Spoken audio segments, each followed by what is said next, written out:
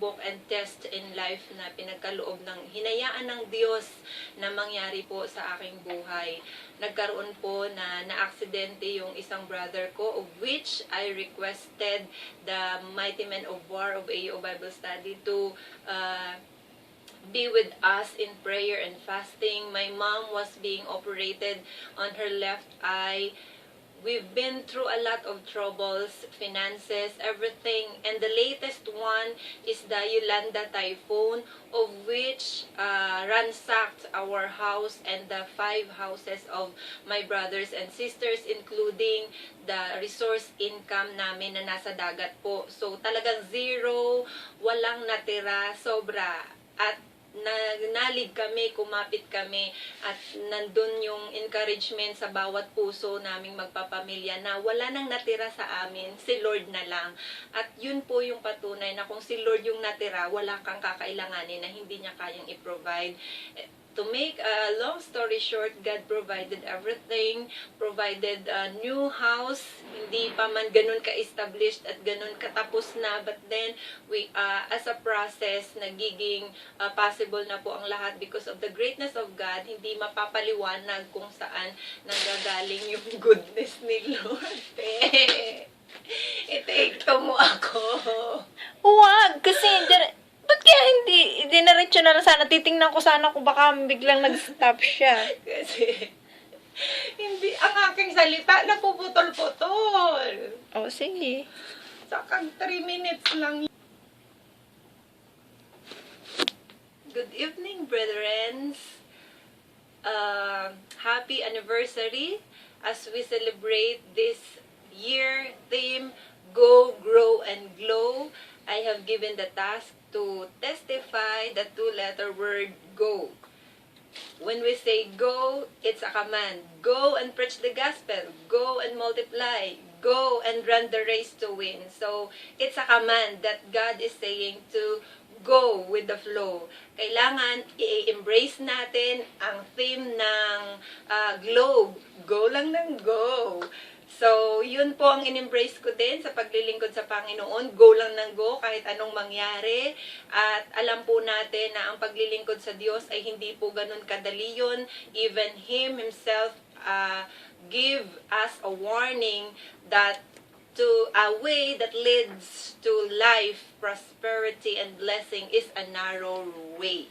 Hindi lang po ito narrow, but a rough road way. So, ibig sabihin na sa pagtahak mo ng daan, sa pagsunod kay Kristo, andun po yung pagsubok, test, and trials na inaalaw niya sa buhay natin for us to be matured, for us to be grown enough to His Word, at iba pa yung mga reasons niya. Marami siyang rason and explanation why He allows those things and circumstances in our life. Pero hindi na po obligasyon ng Diyos yun na ipaliwanag sa atin kung ano man yung rason niya, bakit niya hinahayaang mawalan tayo ng mahal sa buhay, bakit niya hinahayaan na mag-ransack yung mga bahay natin, bakit niya hinahayaan lahat ng trials and tests in our life. He has His own reason. And hindi na natin kayang intindihin kung ano man ang rason ng Diyos. When He said to Romans 8:28 that all things work together for good to those who love Him, hindi niya sinabi na ipapaliwanag ko sa iyo kung bakit yan ikakabuti mo. Hindi niya po sinabi, isa lang ang pinangako niya, that His plan and all things work together to those who love Him. So, kung mahal mo ang Diyos, kahit papagsubok yan, makakabuti yan sa'yo. Kung mahal mo ang Diyos, kahit pakamatayan yan, makakabuti yan sa'yo. Dahil yun ang sinabi niya sa kanyang salita, that everything will work together for our own good to those who love Him. So, ang susi lang para maranasan natin ang faithfulness and goodness ni Lord, just love the Lord. Sabi niya nga, love the Lord with all your heart and with all your might. So, yun po yung ginawa ko sa paglilingkod. I am in 3 years in pulpit ministry at hindi po naging madali yun. We are not exempted of being troubled, being trials and circumstances na dumating po sa buhay namin. And isa po sa mga events na natandaan ko lately lang na nangyari sa family namin ay yung pagka-aksidente ng kuya ko, of which sabi ng doktor may possibility na magka-amnesia siya, may possibility na magkaroon ng internal bleeding na pwede niyang ikamatay. But we hold on our faith. We prayed, even EO Bible Study, Mighty Men of War, prayed with us, fast with us with that moment. My mom was being operated on her left eye. Nasabi din ng doktor, malaki ang possibility na pwede niya nang ikabulag yon. But God is our healer God. Wala pong imposible sa Kanya. And the latest one is the Typhoon Yolanda, na kung saan nasira po yung bahay namin at bahay ng 5 kong kapatid, including the resources, yung resources ng income namin po kasi malapit kami sa dagat. Lahat po yun nawala. We are back to zero.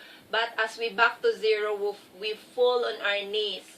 Kaya nga lagi kong sinasabi at lagi nating nababasa yun, that fight your battles on your knees. So dumating po yung time that we've realized na wala na pong natira sa amin.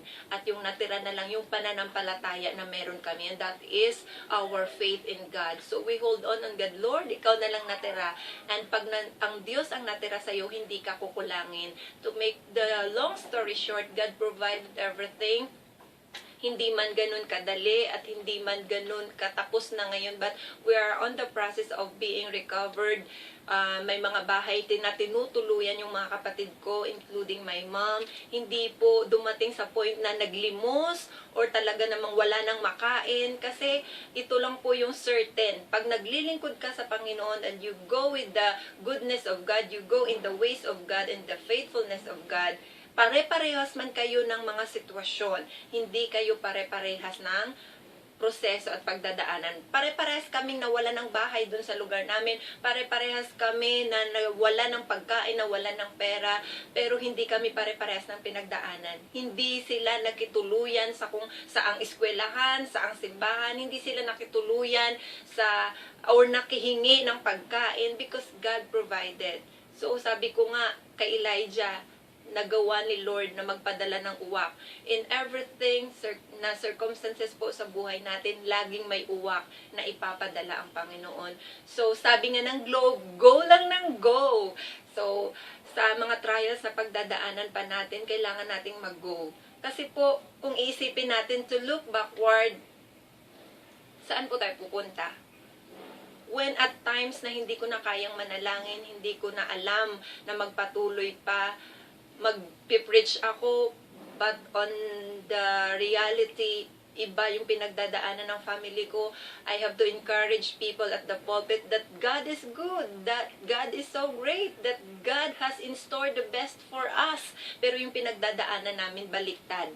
Pero sabi nga, faith is believing and being certain of the things that we don't see. Kahit po hindi namin nakikita na may bahay kami at hindi namin nakikita kung paano kami magsimula, on our eyes of faith, nakikita namin that our God is able to do everything and anything beyond you can even imagine.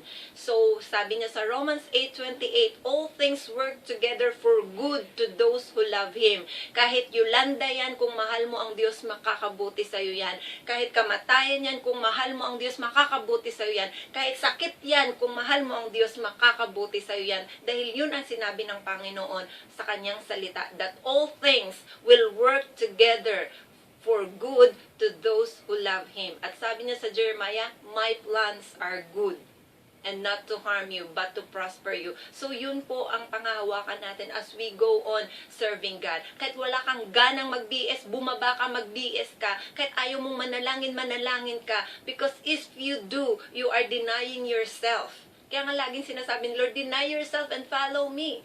Because we cannot serve the two masters. We cannot serve God and serve ourselves.